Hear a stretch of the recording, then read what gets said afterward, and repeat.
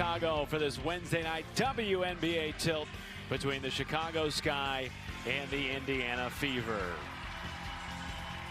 Terrific news for the Sky and the WNBA as a whole. Candace Parker warming up prior to tip-off. She will make her Windy City debut tonight after missing the last 8 games with an ankle injury. Good evening, folks. Welcome inside Wintrust Arena. Matt Schumacher, Megan McEwen with you. Megan, it's been weeks since either team has tasted victory. What do each have to do tonight to get back into the win column? Indiana ranks last in the league in both points per game offensively and defensively. Look for the Fever to work on improving that base defense. On the flip side, Chicago head coach James Wade says he's looking to cut down on the turnovers. The Sky lead the league in most turnovers committed per game. That means they're trying to keep it simple, cutting out nearly 60% of the playbook, just focusing on a few minute things in hopes of cutting down on those turnovers. Well, turnovers certainly have been an issue. It's part of the reason why Chicago has its longest losing streak since 2012. They've lost 7 straight. Indiana has lost 5 straight, Megan. Both of these teams just looking to get back into the win column. Both of these teams have dealt with some injuries, some potential players not being able to make it into games. However, tonight, very much looking forward to seeing Candace Parker get back on the floor for Chicago, making her Wintrust Arena debut back at home. Let's take a look at the starting lineups tonight. Of course, Candace Parker in the starting lineup for the first time since the season opener, all the way back in the beginning of May. Meanwhile, for the Indiana Fever, an interesting substitution here, Megan. Tierra McGowan not in the starting lineup tonight. And you have in replace of her Jantel Lavender, the former Chicago Sky forward, playing in that place. This Indiana Fever team still really young, looking for those veterans like Jantel Lavender to step up and play, showing those players how it is done in the WNBA. Marianne Stanley in her second season as the head coach for the Indiana Fever said that after this 5-day layoff since their last game, they want to come out and throw the first punch tonight. Indiana's lost 5 straight. They're 1-9. Chicago 2-7. They've lost 7 in a row. And of course, Candace Parker out for all 7 of those games. Here we go from Chicago. Indiana controls the tip.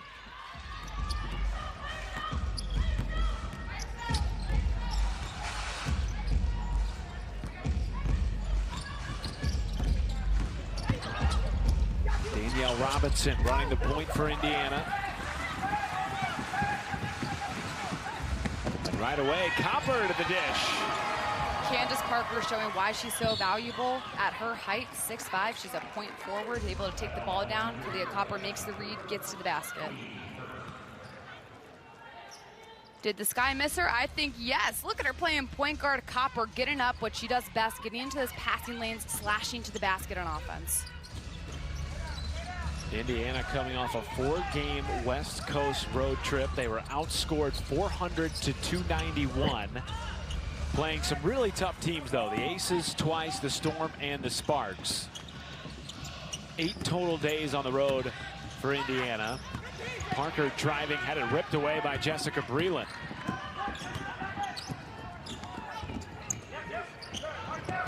Tiffany Mitchell steps into a 3. There's Jantel Lavender. She's dealt with that foot injury. And at times this year has said, I feel like I'm stepping in mud.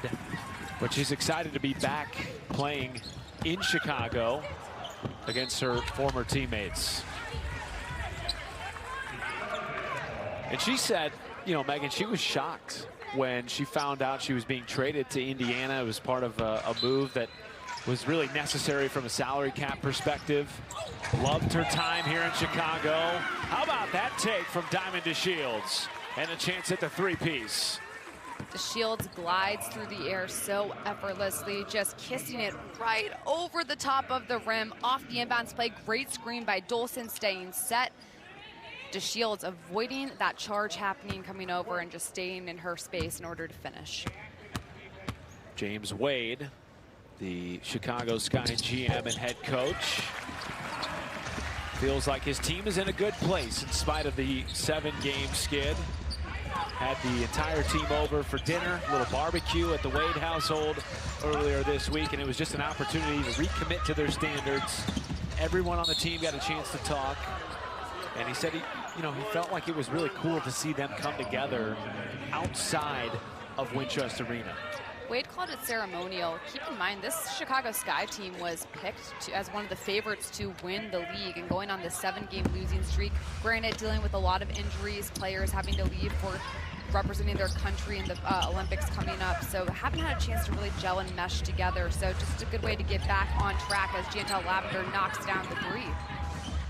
They do call it a deep 2 for Lavender. And that's why you do play-by-play and I do not, because you can actually see the lines from this far away. Here's Courtney Vandersloot. Steph Dolson, of course, back with the Sky after 3-on-3 qualifying with Team USA for the Olympic Games this summer. Vandersloot in and out.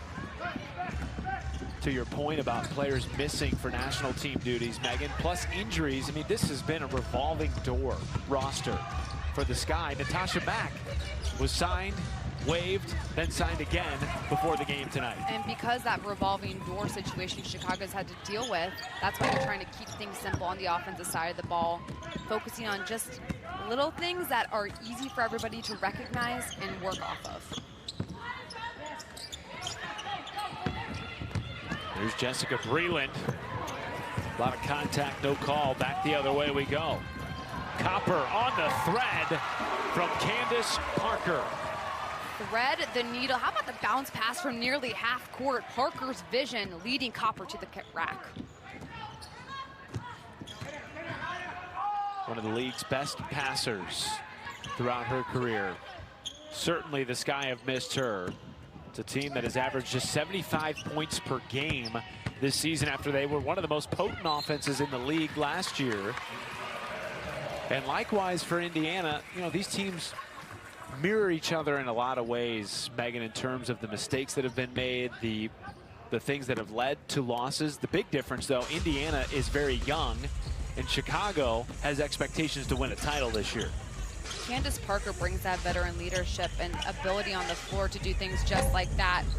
Defensively in the paint, she's a force to be reckoned with on the offensive side of the ball. She has the ability to step out and knock down the 3, but also go to work in the post. Lavender, another deep 2 off the front end. Here comes Diamond DeShields. And Parker had it picked away by Robinson. Tiffany Mitchell on the drive. And now a 3 for Kelsey Mitchell, knocks it down. Kelsey Mitchell, the type of player you cannot give her the time and space to shoot the ball because she will knock it down if she gets her feet set. Vandersloot out to Candace Parker. And Lavender tracks down the rebound.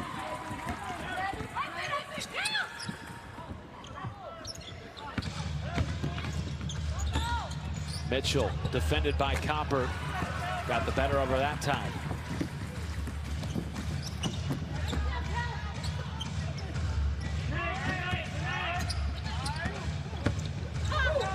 Copper going baseline, fouled by Breland. 2 shots coming. Already looking at Chicago's offense, it's created a lot of driving lanes for players like Kalia Copper to get to the basket. That's where Copper's at her strongest, slashing and getting to the paint. A double screen coming off, getting the ball, taking the contact. Kalia Copper is at her best when she has a lane to get in and score. Doesn't need a lot of room. No, she does not. One of the most athletic guards in the league. Speaking of athletic guards, here comes Allie Quigley checking in for Chicago. No minutes restriction tonight for her. She missed 6 games earlier this season with a hamstring injury. Tying in with that theme of injuries and players absent due to national team duties. Stu do fall out for indefinitely, really, Megan, with the Spanish national team. So Chicago again down players, but glad to have Allie Quigley back. Glad to have Candace Parker back in the lineup as well. And both Quigley and Parker have the ability to knock down the 3. That just stretches the floor for Chicago offensively, providing more space to move within its offense. 9-5 lead for Chicago early. Here's Quigley off the screen. quickly, doesn't need a lot of time, feels the defender on her back, comes off, rubs off the screen, feels the back, knocks it down. Coming off back-to-back games with 8 points. Was only 5 for 18 combined, though, in those 2 games. Lavender. That's an and-one opportunity for McCowan, actually. And we will step aside. Chicago leading early, 11-7. 3-point play opportunity coming after we come back for the Indiana Fever. Welcome back to Chicago. The Sky lead the Fever early, 11-7. And already, Megan, we're seeing that woman right there with the ice pack on her back. Maybe it's a heat pad. Candace Parker with 2 assists already in this game. And you were talking in the break. Her presence just gives this Sky team a different dynamic. Parker hasn't registered a number in the scoring column, but she already has 2 rebounds and 2 assists. Just her presence on the floor, her floor vision, and the way defenses have to guard her opens up so much more for Chicago's offense, for other players to step up and have easier time scoring. Tierra McCowan at the line for the Fever. Coming off the bench for the first time this season. Completes the 3-point play. Fever have struggled to shoot the basketball, at least early. They're 3 for 11. Meanwhile, Chicago 4 for 9. Shooting 44%. Quigley, another high percentage shot in and out. And here come the Fever.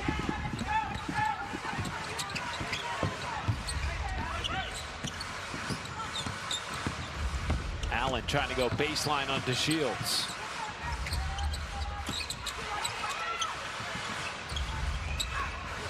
And picked away by Vandersloot.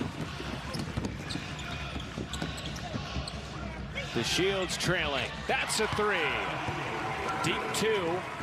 DeShields just got to get some smaller shoes on, try to get that foot behind the line. Great defensive possession, turning by Courtney Vandersloot, stealing the ball, then turning that into great transition offense.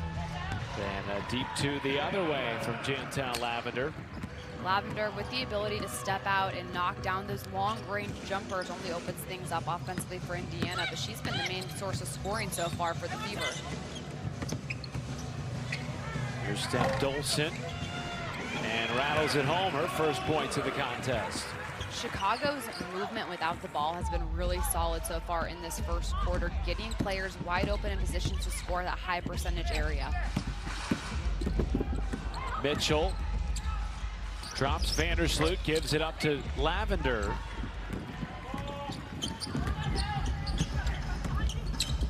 And now Vandersloot cradling the rock. Knocked down, 2 shots coming.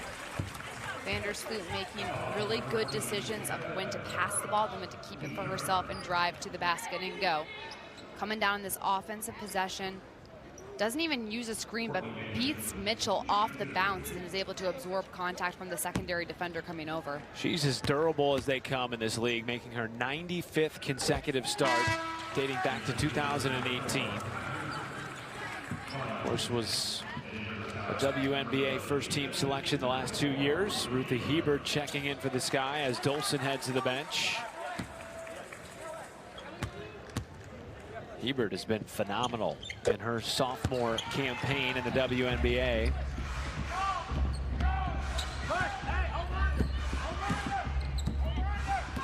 Sky have stretched it to 7. And now it's Lindsay Allen running the point for the Fever.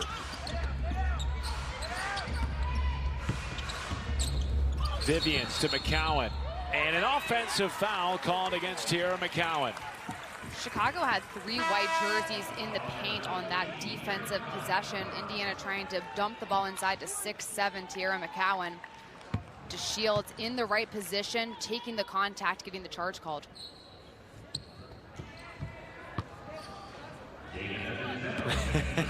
Marianne Stanley not pleased, giving Randy Richardson an earful as he comes down the court. Dana Evans is checked in. Here's Azuré Stevens.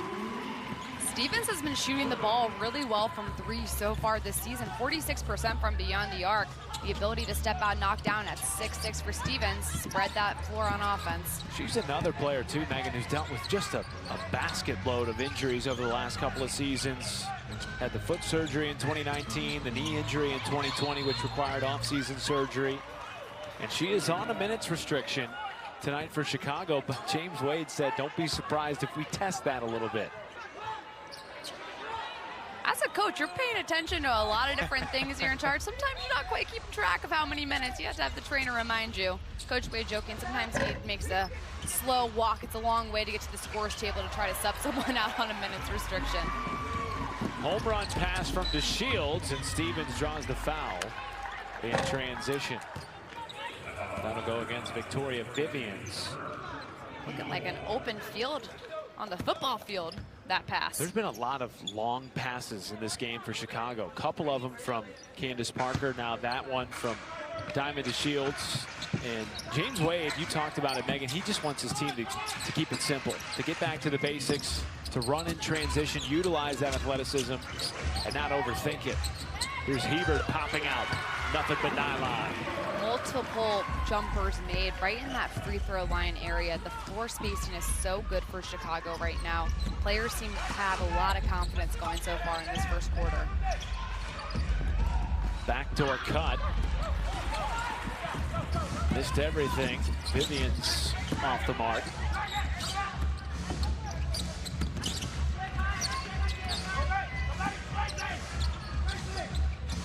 Dana Evans a three.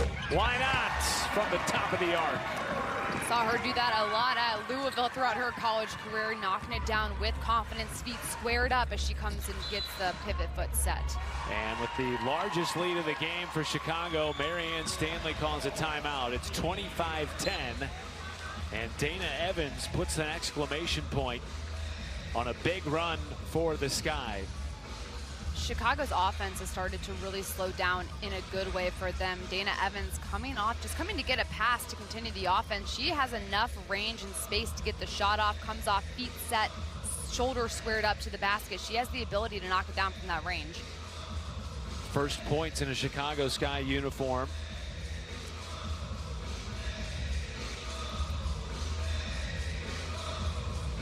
James Wade has to be happy with the way his offense is executed tonight. Especially with the sparks off the bench. 10 bench points for Chicago already. To have the ability to go to your reserves and have them provide that spark on the floor when the starters come out, that's going to be massive for sustaining throughout the duration of the season. And for Marianne Stanley, defensive aggressiveness, defensive discipline, those two things have been a struggle for her club again this year. They were 12th in the league last year in defense. They are 12th again this year, Megan. And part of it is just the youth on this team. Not only rookies, there's 3 of them, but 7 new players as well in Fever uniforms. And not a ton of time in the preseason to get together and work on things. The WNBA preseason is so short, and especially with the COVID restrictions that were in place this year. So teams didn't have a ton of time to get that chemistry going on the floor early.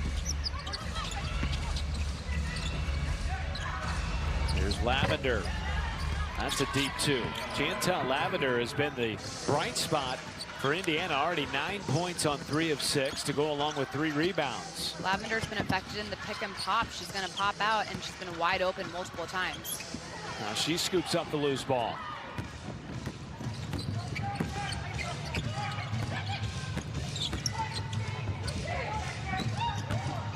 Vivian's on the kick out. Right down to McCowan, but tipped away by Hebert. McCowan stands at 6'7" in the paint. Chicago trying to make sure the help side comes over to make her uncomfortable. How about that pass from Diamond DeShields? Hebert trying to finish, has it rejected by McCowan.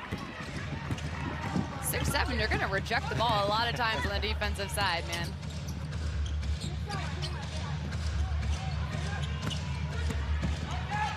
Vivians off the mark, and the shot clock turned off to end the first quarter. Sky on a 14-2 run. Parker with tons of space. The step back, no. Hebert couldn't get it up before the horn. But it's a 25-12 lead for the Chicago Sky. They end the quarter on a 14-2 run. In Candace Parker's return in a Chicago Sky uniform. A beautiful Wednesday evening from downtown Chicago. And we are now super excited to be joined courtside by the WNBA Commissioner Kathy Engelbert. Commissioner, thank you so much for joining us. How are you enjoying your time courtside here in Chicago? Matt, it's great to be back in Chicago. Great to have fans, albeit reduced. So we're hoping to lift some of those restrictions soon, and that's great to be here. And great to see Candace Parker back in a uniform after missing the last month of the season.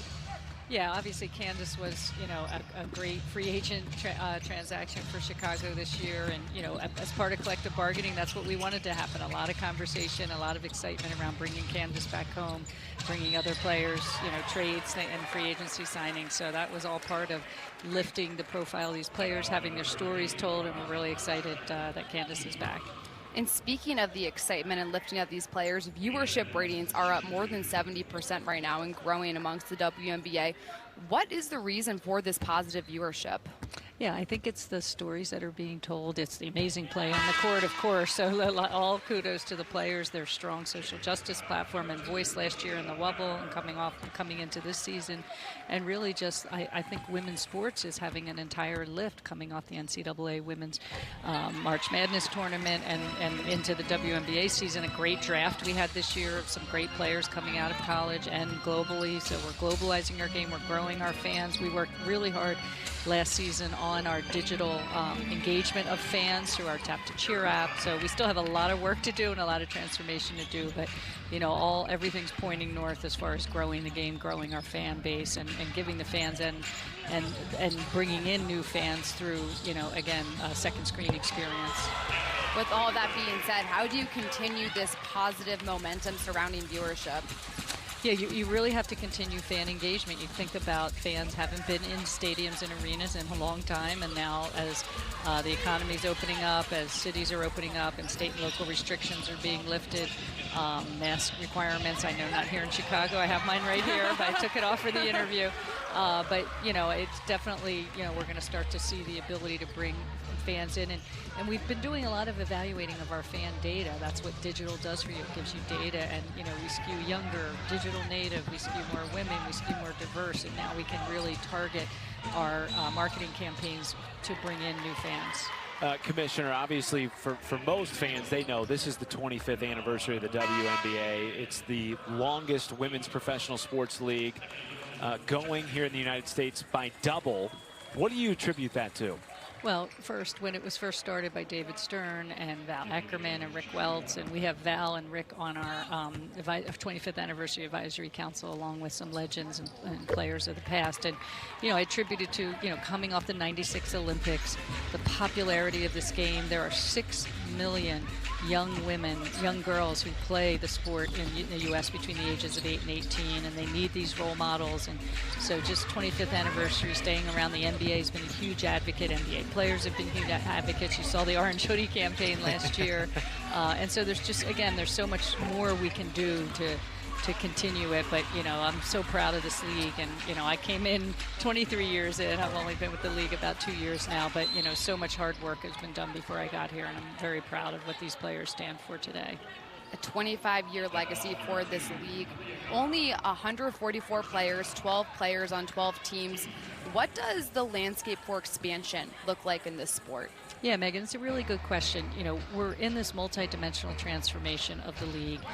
We need to get the economics right. We need to draw more fans. We need more media deals, more corporate sponsorships. And as we transform the economics, expansion's definitely on the list down the road. I think had it not been for COVID, we would have been further along in our transformation and talking more about expansion. But we're looking behind the scenes at data and things like markets that would be great for women's professional basketball, and obviously study the college game and how successful and popular that is in places in the country where we don't have a team. We've got to globalize our game. We're starting to get more global players drafted into the league, and can we do something like global games? So there's a variety of things that we're looking at, but expansion is definitely on the list down the road. What do you think about the new uniforms this year? Yeah, I mean, Nike's been such a great partner for the league over the past few years, and this is a project they've been working on and a huge passion for it. And I was out there last year in Oregon right before kind of the pandemic shut things down, and they were showing me what they were doing, and I had no idea how great it would become, the quality of these uniforms, the lift, the new ball, and the new uniforms in the 25th season. We're so fortunate we have some other great things coming up, like this is a Commissioner Cup game, so a lot of other things to help lift the league and market the league and really grow the exposure to these amazing athletes out here on the court today. Commissioner, last question for you, and it kind of ties in everything we've been talking about, you know, the trajectory of this league and the increased fan interest across the country, but also globally. You know, I was reading an article, and you talked about the fact that through COVID and through your social justice stances throughout the league, you feel like maybe you were able to engage even more fans last year in spite of the pandemic. Do you feel in your position as the commissioner, when you're just at these arenas or talking with fans, do you sense some momentum here for this league in the 25th season? Definitely. I mean, I said this last year as we went into this crisis. I said, you know, the one thing I learned from 33 years in business is that a crisis tends to, you know, bring out your weaknesses, but it's also your chance to fix them, and the decisions and the investments you make. And that's why we've been working hard, heads down, last season into the off season, into the tip of this season, because there is enormous momentum, and this is the time to capitalize on. This is the time where diversity, equity, and inclusion, which this league stands for, can sell, and you can bring in more partnerships. You saw we brought in another WNBA changemaker, Google, and in 1 week we signed Google and Amazon Prime Video to do a game of the week and do the Commissioner Cup final. So,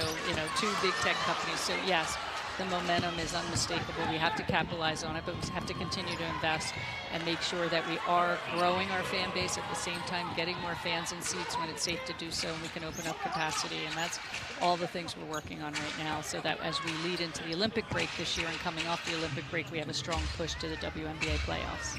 Well, Commissioner, thank you so much for joining us. Always a pleasure to hear your insights and your plans for the future of this league. It's been a pleasure watching the growth over the years, and I know Megan and I are both so excited to take part in the 25th season. Thanks, Matt and Megan. Take care. Enjoy the rest of the game courtside, Commissioner. Meanwhile, Chicago still leading, Megan, 35-21. They've shot at 48%. And here's the big stat for me. They've assisted on 11 of 12 made field goals. Playing very unselfish basketball right now. The spreading of the floor on offense has been really solid. Defensively have done a nice job, as you see Kelsey Mitchell knock down the 3 for the Fever. Chicago needs to continue running through its offense, getting those good cuts into spacing. Kelsey Mitchell 2 for 2 from downtown. They'll need more of her. Chicago on top by 11 as we head into the second quarter break. Head coach James Wade and his Chicago Sky have to feel pretty darn good about the way the offense has responded after the layoff, Megan, and after simplifying the offense. They've shot at nearly 50%, and they lead 35-24. Every single player that has gone into the game tonight for Chicago has registered a number in the scoring column. Unselfish play, it involves a lot of different players to their strengths in this offense, and something that we're going to continue to see throughout the game. Kalia Copper puts it in. That's a 3. And she is now in double figures with 11. What a season she's had so far. Of course, last year, the breakout year, increasing all of her numbers across the board, averaging over 14 points per game. She's continued that this year, Megan. But when you talk to James Wade, there's just another level of confidence in Kalia Copper. Copper has the ability with such an athletic first step to get to the rim at will, but when she's developed this 15-footer to a 3-point shot, she's going to be unguardable. Dolson gets the board, back out to Copper, and out of bounds. What would you like to see from Indiana going forward? Kelsey Mitchell is one of the hardest players on the floor to guard. Such a crafty player, ability to create her own shot. James Wade for Chicago saying they want to try to stay on her left hand, get into her space. She comes off of screens a lot. Indiana needs to continue getting her in the mix offensively. She's got 8 points on 3 of 4.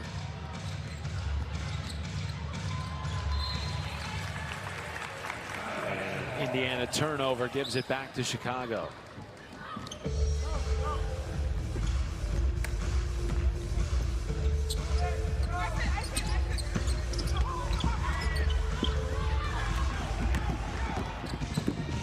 Kelsey Mitchell on the drive with the left, scoops it off the glass. Makes it look effortless coming down. Azariah Stevens stands at 6'6" with a very long wingspan. Mitchell fearless going into the basket. Going off just the 4th Chicago turnover. Meanwhile, Vandersloot right back the other way, knocks it down. Vandersloot with her feet set. Chicago has not had to rush a shot very often in this game. Really good spacing and really good awareness. Azurá Stevens rips it away from Lauren Cox, and the lay-in is easy for Diamond DeShields. That's where Chicago is at its best, when they can get steals run out in transition. Players like Diamond DeShields and Kalia Copper have the ability to get down the floor fast. Got to get them out in transition. Mitchell, tough shot. That's a three, her third of the contest. And she has struggled from downtown this year, shooting just 23.8%. And she shot 39 last year. Vandersloot with the 2-point response. Mitchell's the type of player who doesn't need a ton of room to get her shot off, and it's very crafty and quick, deceivingly on the floor when she's able to get those long-range threes. Vandersloot all over Mitchell. There's Lauren Cox, and bumped by Copper. That'll be a foul. Second foul on Kalia Copper. And we will step aside in Chicago. It's 45-29. The Sky with a commanding lead as we get set to close out the first half. See even more fans in the building as the season moves along. But the folks who are here have been treated to an offensive display that we have not yet seen from the Sky this year. 14 assists on 16 made baskets. If you like unselfish basketball, don't change the channel, drop the remote, tune into this game. The Sky with 14 assists off 16 made buckets. Just goes to show you the unselfish play, first off, but secondly, simplifying the offense, keeping things so everybody has a good understanding it can be successful within the program.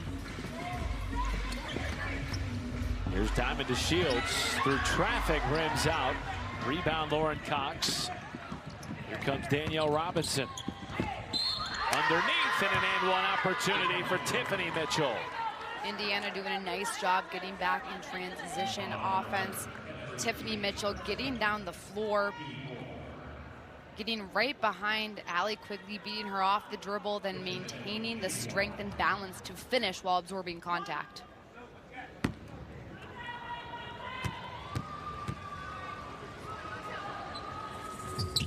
Tiffany Mitchell now has 8. Indiana trying to hang around here and close out the first half on a high note.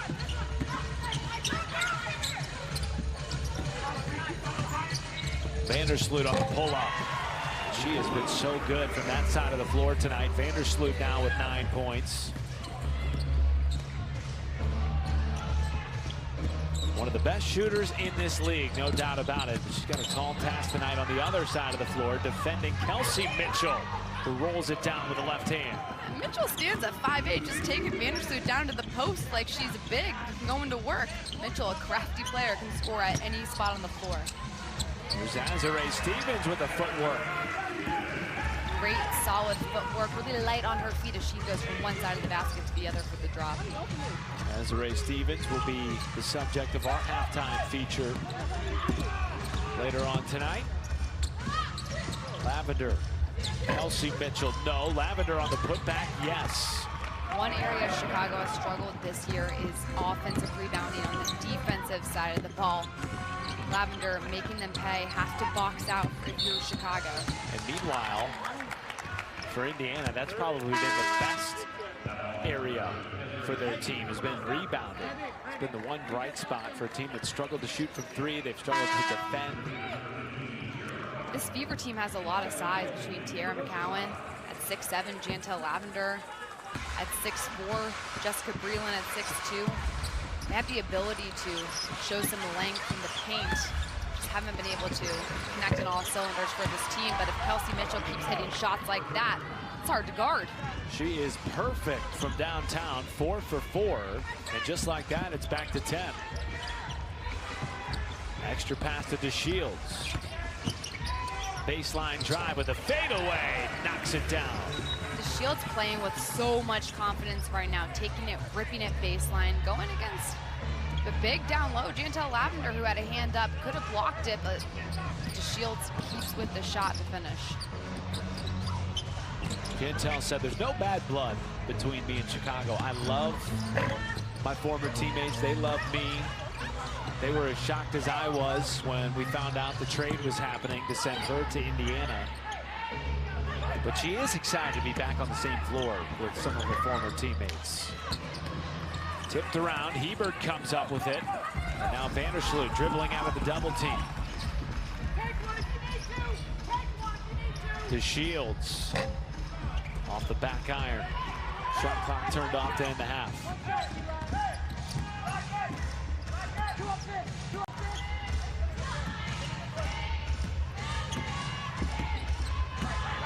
Robinson with time winding down. The kick out to Lavender. And we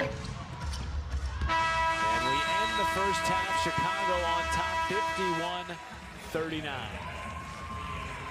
Chicago coming out, really spacing the floor well, getting things going offensively, an area they've really struggled with. On the flip side for Indiana, Kelsey Mitchell continues to assert her dominance on the offensive side of the ball. 18 points so far for her in this first half. Chicago, 11 assists on 16 made field goals. They're shooting 51% from the floor. Take a look at the upcoming WNBA national television schedule. Tomorrow night, Los Angeles at Washington, 7 p.m. Eastern. And then on Friday, Seattle at Atlanta, 8 p.m. Eastern. For more information on these games, please go to WNBA.com or visit the WNBA app. Chicago with 14 assists on 16 made baskets. Even better. 16 assists on 19 made baskets, but I think what's been the difference as far as protecting the basketball? Only 6 turnovers, and they average 18 a game. Chicago has slowed down a lot more offensively. It comes with that kiss, right? Keep it simple. Simplifying the offense, understanding timing with the screens. Everything has been so much better for the Chicago Sky team. They are in an excellent rhythm right now. James Wade has to be pleased. We talked about it in the first half. He invited his team over for a cookout at the Wade household earlier this week, coming after a practice day where they had some time off and just an opportunity to rejuvenate, to refocus on their goals and the standards that they set for themselves at the beginning of the year. This is a team that's a dark horse to win the WNBA Finals. At least they were to start the season. But if you ask them, they still are. People forget how long this season is. Very long. Most teams are only 10 games in or so. Dolson knocking down the 3 for Chicago. Most teams 10 to 12 games and maybe a third through this season. Still a lot of time left to make something happen for every team in the league. 23 games left for Chicago. Plenty of opportunity to get back to an above 500 record, make the playoffs, and then you never know what happens after that. Here's Jessica Breland, defended by Kalia Copper. 5 on the timer. And it's poked away by Candace Parker, and a shot clock violation. Great defensive possession for Chicago. Kalia Copper all over Breland, denying her any sort of vision, making her very uncomfortable. Candace Parker then getting into the passing lane, making sure the other player on Indiana did not have any room to come up and save her. That's the 10th turnover for Indiana. Chicago's done a good job taking advantage of those too. They've scored 12 points off 10 Indiana turnovers. And if you're just joining us, this has really been a double-figure lead for Chicago since midway through the first quarter. They have not looked back, shooting the ball exceptionally well, 51% from the floor, and they are 5 for 10 from distance. That woman right there, Kelsey Mitchell, though, doing her darndest to keep Indiana in this one. She's got 18 points, 7 for 10 from the floor, 4 for 5 from downtown. But now Indiana needs a second scoring punch. That scoring punch has to come from a big down low as well. Jantel Lavender was having success in pick and pop situations early. Tara McGowan off the bench as well was having success earlier. Indiana needs to find a way to get that inside-outside ball going offensively. Parker a little bit slow to get back on defense. She's still coming off that ankle injury that kept her out for 8 straight games. Tiffany, now Kelsey Mitchell, again, her 5th 3. Mitchell cannot have that much room to navigate. As soon as she sees an opportunity, she is going to square up and knock it down. Here's Steph Dolson.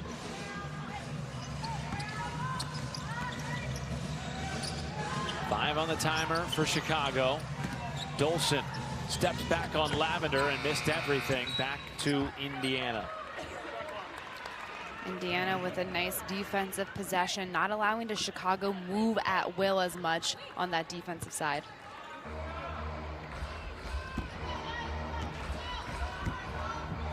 Kelsey Mitchell with 21 points. Leads all scorers tonight. He's been the main bright spot for this Indiana team. Jantel Lavender's had a good game as well. 8 points and 5 rebounds. Here's Vandersloot the other way off the back end. Kelsey Mitchell out to Tiffany Mitchell, blocked by DeShields. Regathers and knocks it down from the elbow. Credit Tiffany Mitchell, because when you get your shot blocked like that as a player, easy to lose confidence. She has short-term memory, forgets the play, knocks down the jumper. Second 3 of the half for Stephanie Dolson. Dolson has that ability to knock down threes. Post players who can hit threes are so vital in the pros because they spread the game. Defenders have to come out, opening driving lanes. Crafty move from Tiffany Mitchell on the reverse. Now, Stephanie Dolson missed a handful of games, 5 actually, playing in the 3-on-3 Olympic qualifying for Team USA. And she said even though it killed her to be away from the team, she developed as a player during that 3-on-3 tournament. And one of the things she said was being able to step out and hit shots, because on a 3-on-3 format, well, the post players get to step out a heck of a lot more. That, and she also said her footwork was really able to improve because you're in so many more one-on-one situations when you play 3-on-3 ball. It looks like we have a injury here on the court, or a timeout. Tiffany Mitchell grabbing her face. Looks like she got hit by her own pick on last possession. Coming down, holding the ball on the top of your screen. Breland picking Diamond DeShields. Looks like DeShields' hand maybe got into Tiffany Mitchell's eye. Breland was walking off a little bit gingerly as well, because it looked like Diamond DeShields knocked knees with her on the pick. Diamond DeShields does a really nice job defensively, bodying up and trying to fight over screens. Does it a lot of the times throughout their games, and looks like that contact hit really hard. All right, so Indiana down 11. The largest deficit was 17. And now they'll look to chip away at this deficit when we come back. Indiana Fever basketball, they trail by 11. Largest deficit of the game was 17. Kelsey Mitchell has been huge throughout the course of this game, over 20 points. Indiana trying to get back in this one and snap the 5-game skid. Tiffany Mitchell into Lavender, and the second opportunity goes, and now Lavender in double figures with 10. That was a heck of a pass from Mitchell to Lavender, and Lavender's able to make good with the rebound putback herself.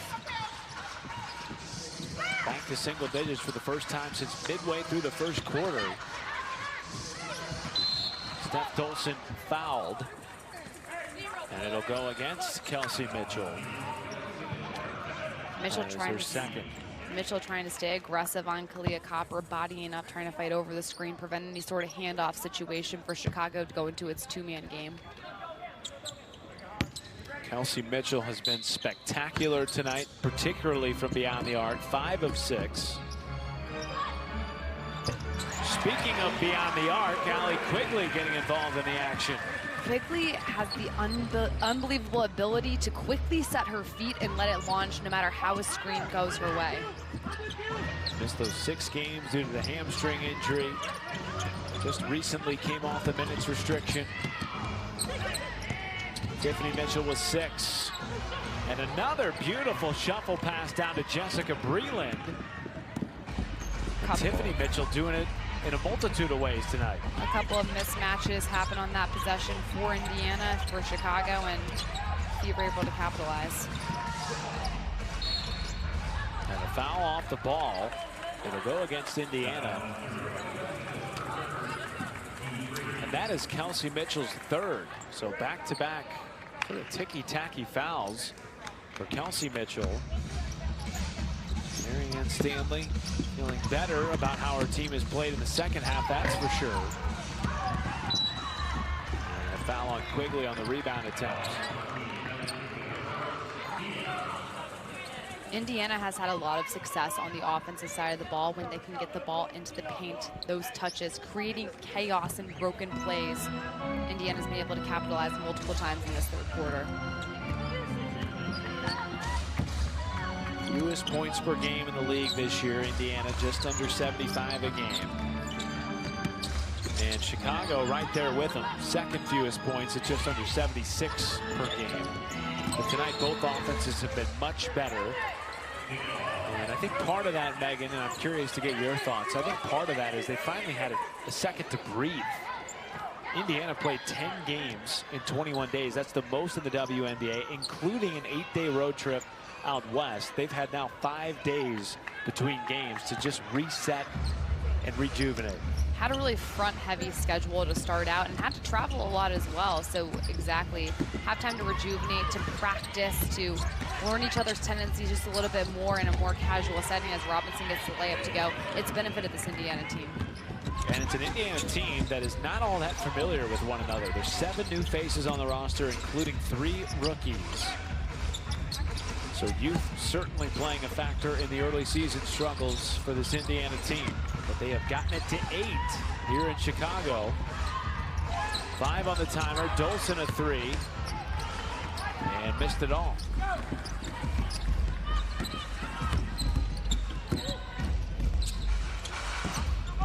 Tiffany Mitchell fighting for it, creates space and flips it up and in. Tiffany Mitchell trying to post up down low at 5'10", has the ability to make a move with her back to the basket, and Chicago's going to want to talk things over. Well, Indiana all of a sudden has it back to a 2-possession game. What's been the difference? Indiana able to score the ball simply. Getting the ball inside those paint touches. And we talked about players stepping up earlier. Tiffany Mitchell is a player that has stepped up for Indiana. 14 points right now for the Fever. Last possession, just getting that good position on Allie Quigley. A little over-the-top lob pass. Mitchell getting the angle to the basket to finish. Well, now Tiffany Mitchell has 14 points to go along with 4 rebounds and 3 assists. Indiana riding a 6-0 run. And they're outscoring Chicago 28-14 in the paint. Let's take a look at the upcoming WNBA national television schedule. Tomorrow night, right here on CBS Sports Network, Los Angeles heads to Washington, and then later in the week on Friday night, Seattle and Atlanta at 8 p.m. Eastern. For more on these games, please go to WNBA.com or visit the WNBA app. What is going through James Wade's mind right now? He saw his team up 17, now it's 6. Chicago has to get back and be disciplined on the defensive side of the ball, limiting second chance opportunities for Indiana and also staying in really good position. A couple of times Indiana has beat Chicago on positioning down low in the paint, leading to easy layups. Chicago's help side defense, which was excellent in the first half, has been lacking in this third quarter. Indiana has shot it 7 of 10 in the third quarter, and the Sky are just 3 of 10. Better defense from Indiana? That could also be the case. I would say more so Chicago hasn't had as great of spacing as they've had in that first half. Hasn't been as firing on all cylinders the way they were earlier. Leah Coppers checked back in to run the point for Chicago. Wide open was Azare Stevens, but it's tipped away by Breland. And now an opportunity to make it a 1-possession game for Indiana.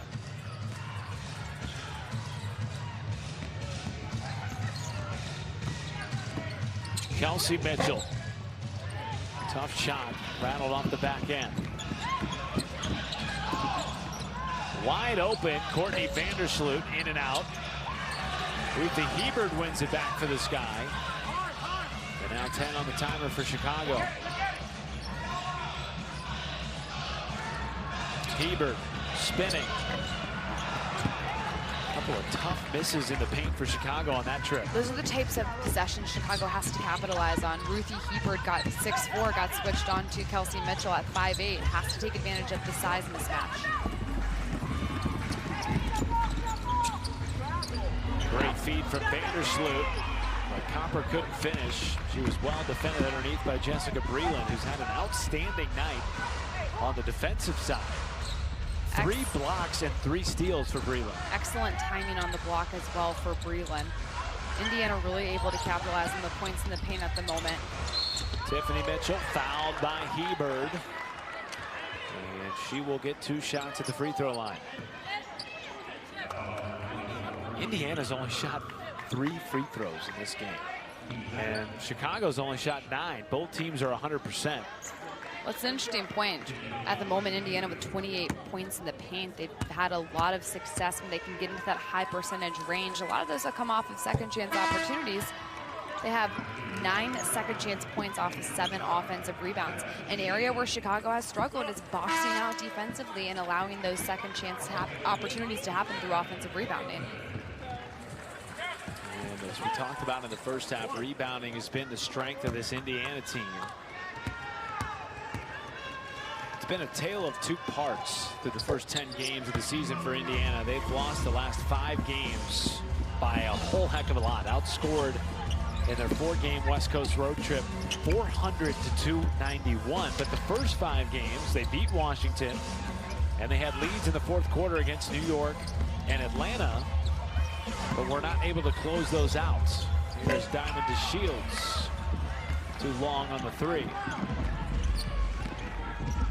But Marianne Stanley was hoping that this 5-game layoff would kind of allow her team an opportunity to reset after a tough trip out west and sort of get back to the momentum they had going through the first 5 games of the season. Team trails by 4 with just under 2 minutes left in the 3rd quarter. They trailed at one point in this game by 17.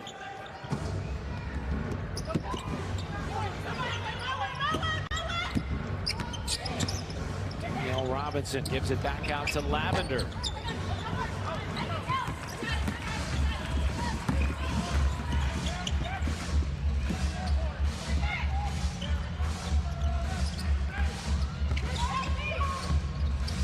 Vandersloot steps out and rattles home the deep 2. Good decision by Vandersloot. Seeing she got switched on to by Tierra McCowan, steps back up. McCowan doesn't want to come out and guard you that far away from the basket. Knocks down the jumper. 11 points, 7 assists for Vandersloot. Leads the league in assists again this year. Dolson tagged with a foul, much to the dismay of James Wade.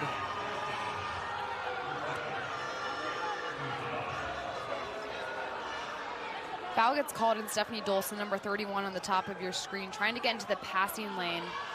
And she does get Tierra McCowan's wrist on that play. James Wade still giving it to Carlina Tobin. Did not agree with the foul call. And one of his main points of frustration, Megan, over the last 7 games has been a lack of late game execution. Now, of course, we're not that late into this game, but it sort of feels that way almost with the way that Indiana has stepped up its level of urgency. Credit Indiana the way they've put on in this 3rd quarter, getting those opportunities in the paint, high percentage shots. And now they're starting to get Chicago frustrated on that side of the ball and getting to the foul line. That is the 4th foul on Kelsey Mitchell. 3 of the 4 coming in this quarter. And sometimes the best way to guard a player is by getting them on the bench in foul trouble. Kelsey Mitchell was having her way on the offensive side of the ball for the majority of this game. 21 points. She leads all scorers. She's going to have to sit on the bench for a little bit. Which will definitely hurt this Indiana team. She's basically knocked him off the floor. Meanwhile, Quigley knocks down her 2nd triple. The moment Quigley gets her feet set, that ball is going through the basket, does a great job rubbing off the screen, setting her shoulders square. All-time leading scorer in Chicago Sky history.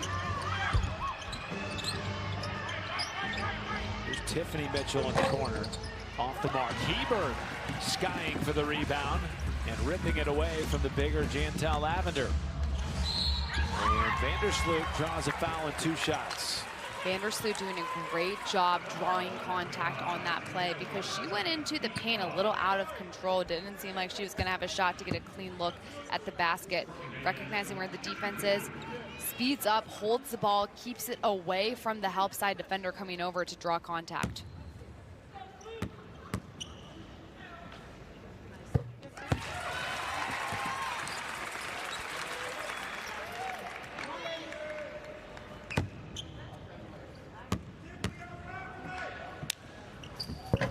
Vandersloot down with 13 and 8. And it's back to a 67-58 lead for Chicago. About a 10-second differential between game and shot clock for Indiana.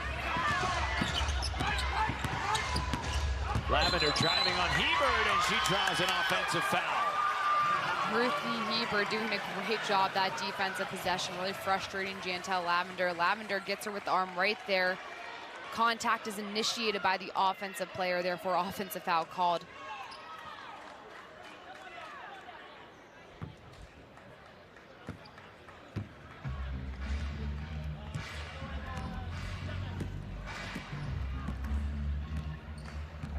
"13 seconds left in the quarter.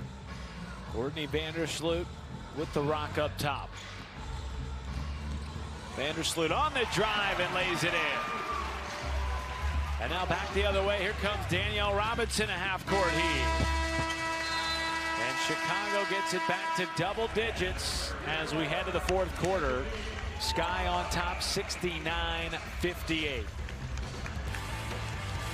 One of these teams will break the losing streak tonight. Chicago trying to snap the 7-game skid with a win over Indiana.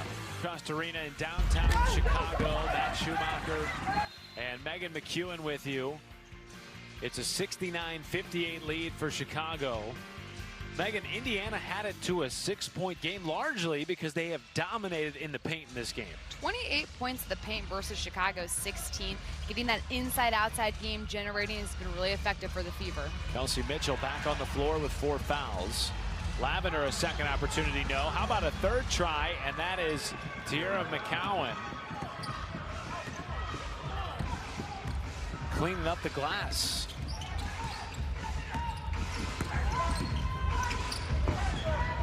And Evans with space. That's her second basket.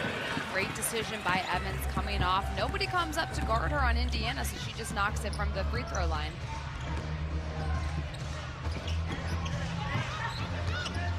Kelsey Mitchell looking for an opportunity. There's 21 points tonight. Instead it's Danielle Robinson, and they'll count the basket. Danielle Robinson able to squeeze through traffic in order to finish and get the and one to go. Off the pass from Mitchell through the screen. Evans goes under the screen, which gives her way too much time and momentum to get to the basket. This is her second made bucket of the night. 2 for 7 from the floor. But a big 3-point play here early in the 4th quarter to get it back to 8. Candace Parker back on the floor too for Chicago for the first time in the second half.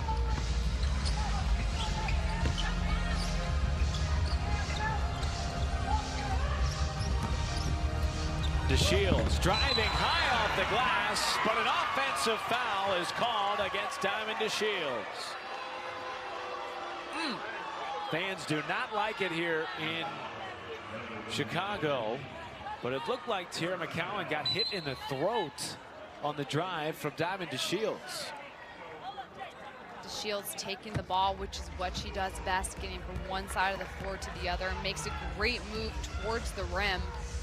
And officials are going to talk about it, potentially go to the monitor to review this. Officials tonight: Amy Bonner, Randy Richardson, Carlina Tobin. McCowan getting attended to by the training staff, and the officials will go to the monitor.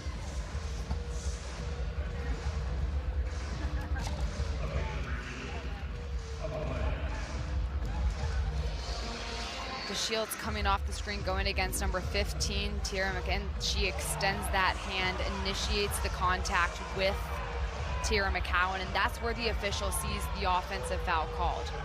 Even though McCowan is still moving, when DeShields goes up, officials are ruling that an offensive foul because as an offensive player, you have control over your body, they say. So if you extend a limb and initiate that contact, that's going to be called an offensive foul and potentially get ruled and looked at for a flagrant one. What do you think? Flagrant or common foul? According to the rule with the officials, this is a very similar situation to what happened a couple of games ago with Kalia Copper going against Christy Tolliver against Los Angeles, where Copper extended her knee. The officials called a flagrant one because of the nature of the play. This is a situation, it could very well get elevated to a flagrant one call, according to the rule.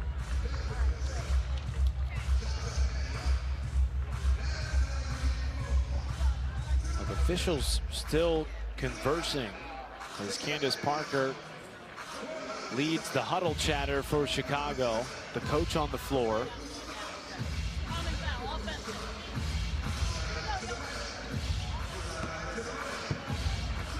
James Wade wanting an explanation.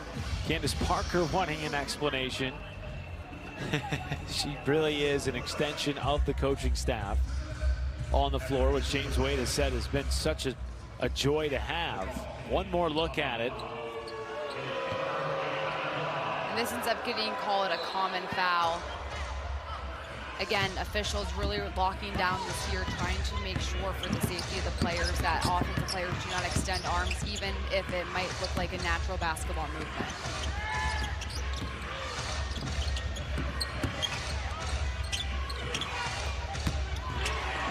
Stolen away by DeShields and then fouled by McCowan. Big collision there in transition. That offensive foul potentially providing a little fire for DeShields on the defensive side of the ball, getting into the passing lane, able to commit the turnover, or get the turnover committed rather, and then get fouled.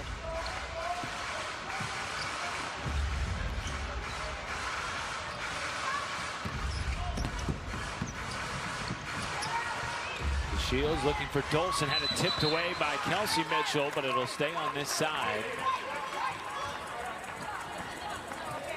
Candace Parker getting the team together to call the out-of-bounds play.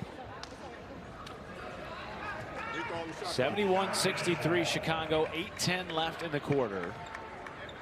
It has been weeks since either team has tasted victory, and for Chicago it has been a plethora of late game single-digit losses. In fact, 2 of their last 3 losses came by 3 points or less, 2 of them in overtime, and they are just right there and desperate for a W. Important to note that it is still so early in the season, less than a third of the way through, or just about there. Still a lot can happen for this Chicago team. Dana Evans, shot altered by McCowan.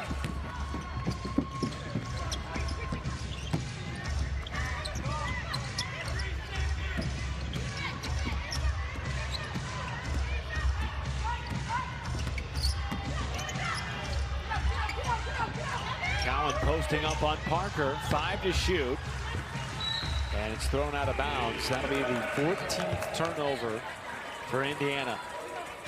That's where Chicago's been really effective tonight, forcing Indiana to turn the ball over, able to capitalize 12 points off of those 10 turnovers. Check it. 14 points off of 14 turnovers as Dana Evans drives in to get the bucket and the foul. And how about her play tonight? Dana Evans, 7 points in 8 minutes. She had not scored yet in the previous 2 games for the Chicago Sky. I'm really impressed with how much confidence Dana Evans brings to the floor. Reads the defense really well, hesitates just for a hot second as she comes off the screen, then boom, takes off to extend and get fouled.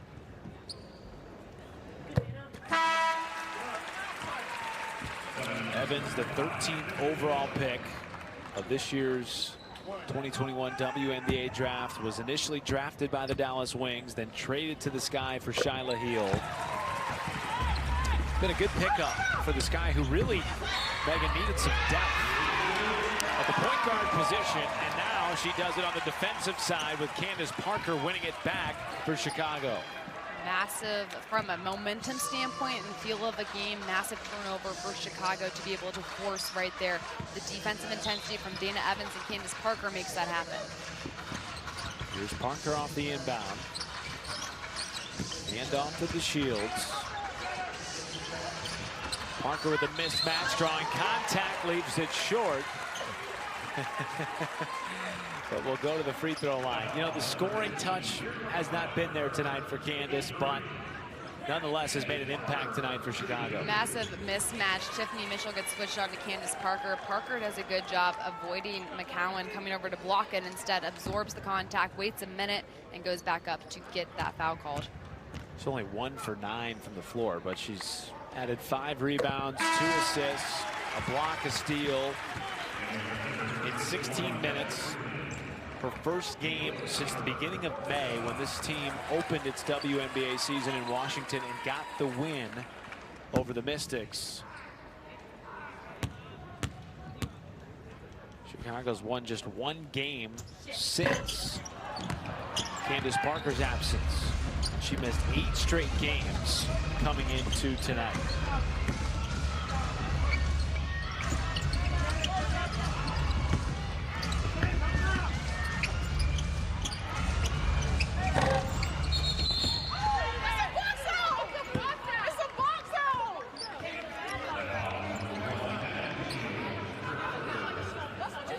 Foul on the drive, and Indiana heading to the free throw line.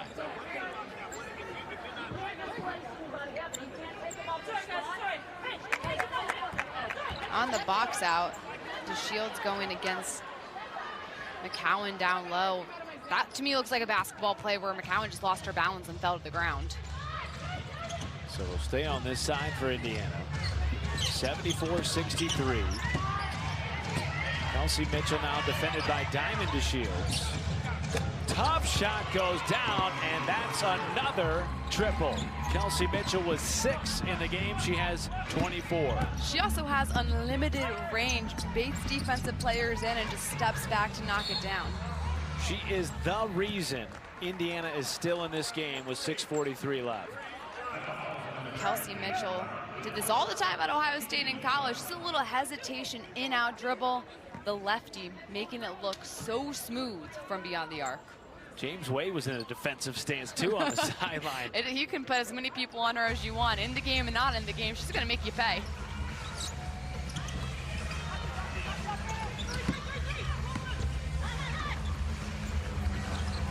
Dolson steps out. Steph Dolson now has 12 points. Dolson doing a really nice job when McCowan gets switched on to her of stepping out and knocking down 15-footers. McCowan doesn't want to come out of the paint to guard that high on the court. Breland shuffle pass to Tiffany Mitchell, and the baseline bunny goes down. Indiana continues to chip away. 76-68 Chicago. DeShields a corner 3, no.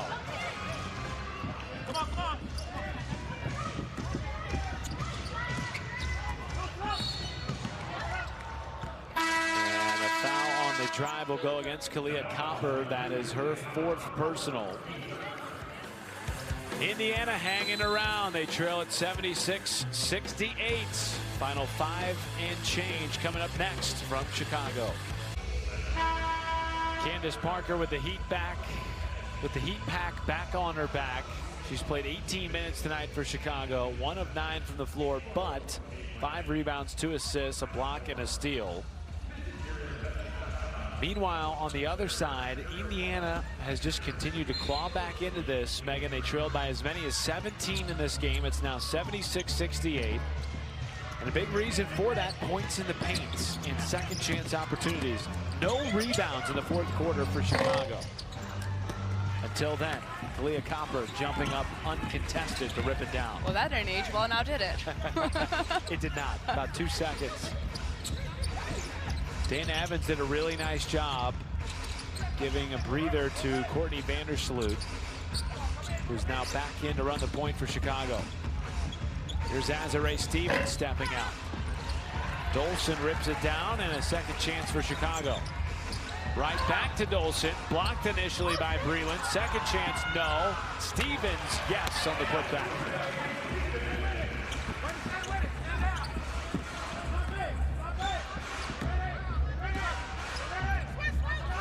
Danielle Robinson defended by Copper.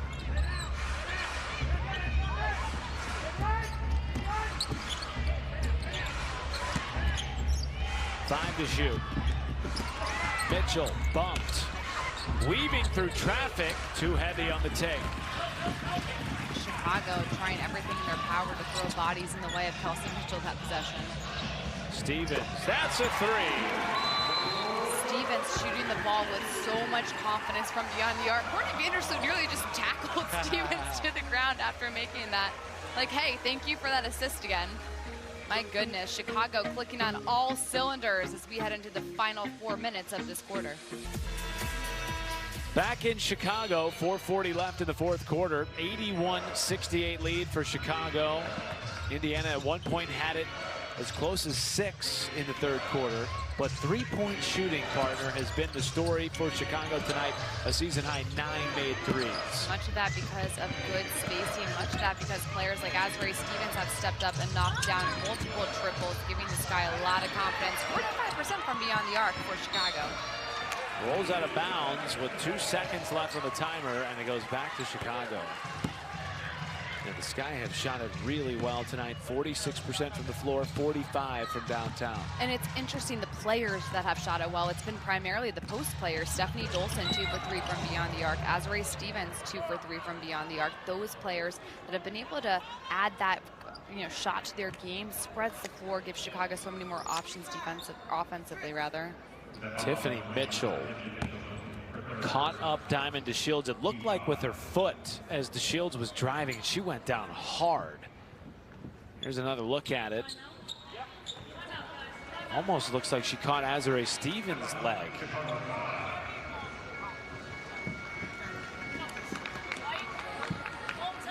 A full timeout has been called on the floor as the training staff will tend to Diamond DeShields.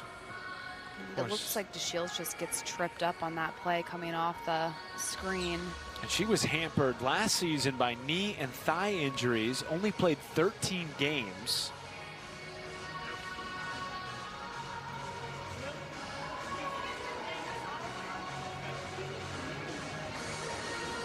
Just coming off the Iverson screen, gets just tripped up with Tiffany Mitchell on her feet. Falls awkwardly to the ground. And laying awkwardly too, with the top half of her torso off the court. So she's not level right now, and the training staff looking at the back of her neck and trying to determine what the injury is and if they can get her up off the floor. You hate to see that for Diamond DeShields, especially coming into this season feeling like she was healthy and ready to get back to her old self like we saw in 2019, where she was just a superstar for the Sky. Good to see they are getting her up off the floor. We will step aside for a moment here in Chicago as the staff tends to Diamond DeShields. The Sky are on top 81-68. Shields, she is now up and being brought to her feet. Jantel Lavender now with Indiana, previously with Chicago, one of her best friends on this team. And DeShields walking gingerly with the help of the training staff, but nonetheless up on her own 2 feet. And that's a really good sign, especially, Megan, after the training staff was looking at the back of her neck after taking a really hard fall there.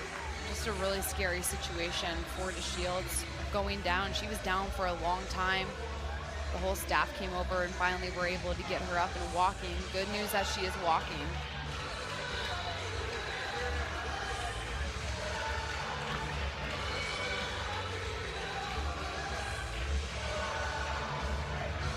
Dealt with a number of injuries last year, missed the better part of the season.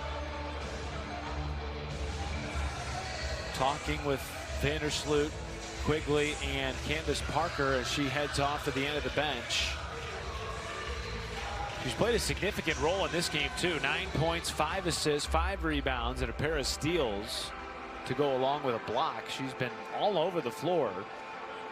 DeShields also consistently makes a massive impact on the defensive side of the ball for Chicago. She's guarded Kelsey Mitchell throughout this game. She's guarded Tiffany Mitchell, and always brings that length and intensity to the defense side of the ball. Amy Bonner now trying to figure out who's going to get the basketball here. Meanwhile, Natasha Mack is back in for Chicago, part of this revolving door roster that we've seen for the Sky this year. She was signed a handful of weeks ago, then waived, now re-signed today before the game. I thought you were going to start singing Return of the Mac. I'm not a great song. singer. Well, that's probably a good You thing. know Spare that. us, please. Mac's going to come in and shoot free throws. Right, straight off the bench. Mac, How's that for hopping into the ball game? hey, you know what? The NCAA Defensive Player of the Year, had a great career at Oklahoma State. Brings great size and length to the floor for Chicago. And James Wade hopes that she also brings great free throw shooting on this next couple of bounces to the basket. That's so hard to do, by the way, to come in off the bench, not warm at all, and have to shoot free throws for an injured teammate. That is not an easy thing to do.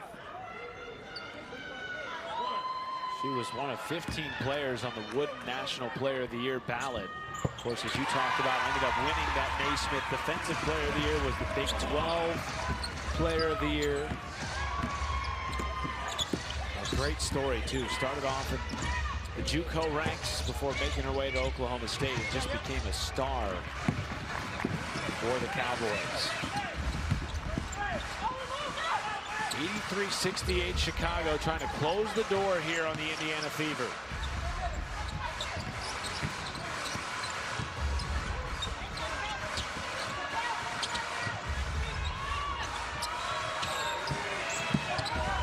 Two to shoot, heaved by Vandersloot in a shot clock violation. Those are the types of defensive possessions Indiana has to continue having in order to get this into single digits as time dwindles down.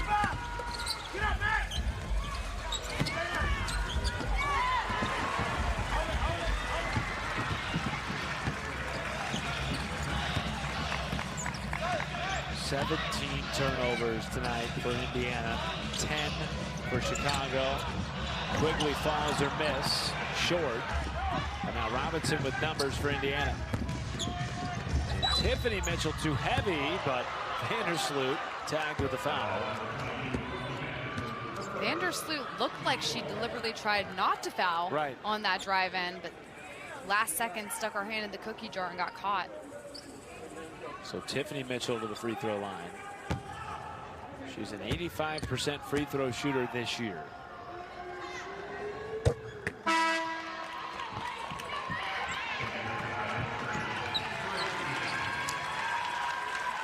Natasha Mack comes off to a standing ovation from her teammates.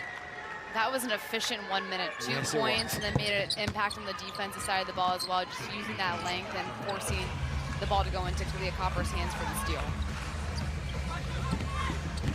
13-point lead for Chicago, less than 3 minutes left.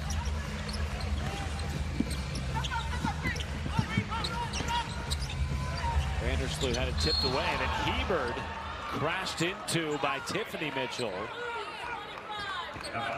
Chicago's timing on screens has been a lot better in this game compared to earlier in the season. Players getting more comfortable with each other, reading the situation a little better, spacing is there. That allows Hebert to set her feet on the initial screen that happened right before she got fouled.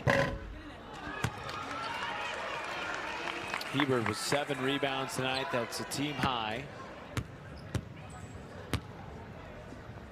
The second-year player out of Oregon. And knocks down the back end of the 2.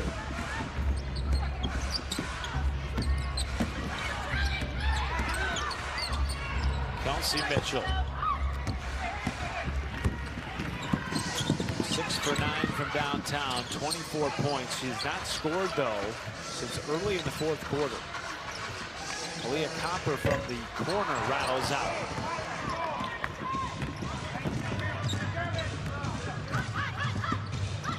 Sky riding their longest losing streak since 2012. They've dropped 7 straight. But tonight, looking like that streak will come to an end for Chicago. Be their first win since May 19th over the Atlanta Dream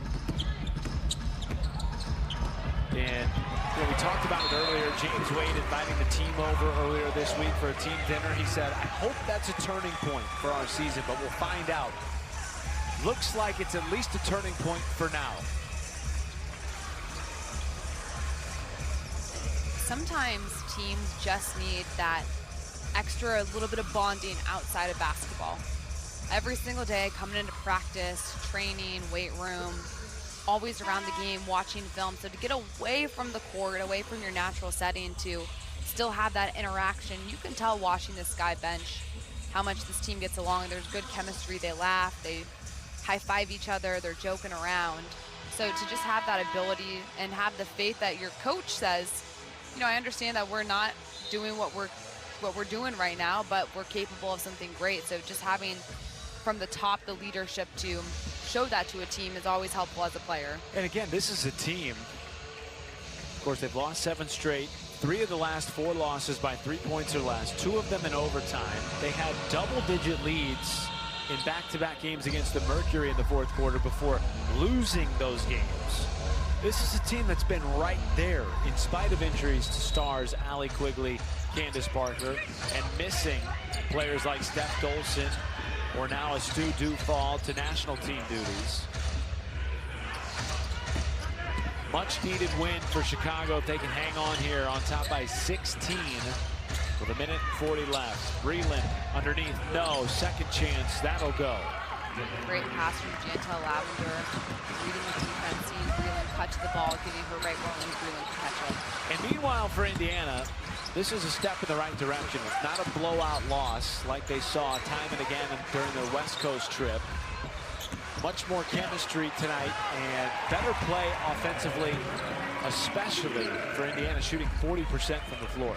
Indiana's Kelsey Mitchell stepping up in a big way from a scoring standpoint, 24 points. Tiffany Mitchell as well stepping up with a 20-point performance. And Indiana doing a really great job of getting points in the paint, generating a ton of offense, 34 points in the paint. High percentage shots lead to good things for Indiana's offense. Jantel Lavender doing good things. Yeah, 12 points for her along with 7 rebounds. And this is an Indiana team, of course, that's in the midst of a rebuild. 7 new players, including 3 rookies. After not re-signing Erica Wheeler, Candace Dupree, and Natalie Achanwa, all leaving during free agency in the offseason. And that was a decision that the coaching staff and the front office made, deciding we need to take this franchise in a different direction and freshen things up a little bit. And so it's going to take some time for Indiana to get clicking on all cylinders.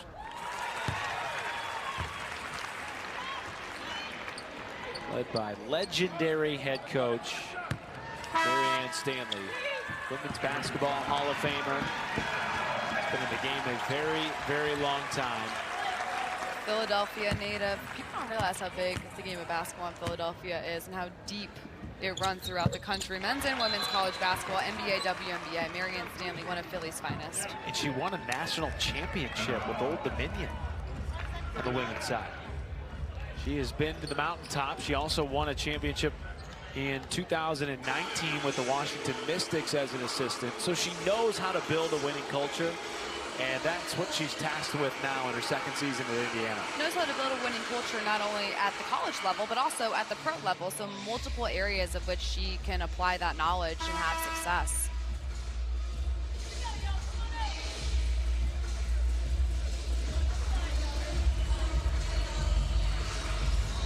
So a timeout here. Marianne Stanley going over some late game strategy here with her Fever. They trail it by 16, 42 seconds left. Always a learning opportunity. Meanwhile, the Sky back in the win column.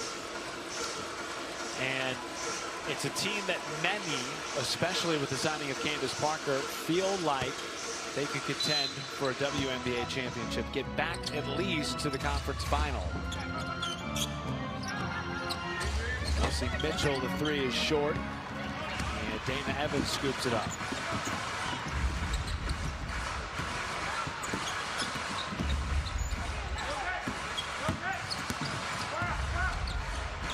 Evans steps back. Saved by Hebert. 6 on the timer. Wade yelling at Evans to get going. Hebert finds Mack, and she puts it in. And the crowd goes crazy for Natasha Mack, re-signed today before tip-off. That's the loudest the gym has been all game. Natasha Mack getting those buckets.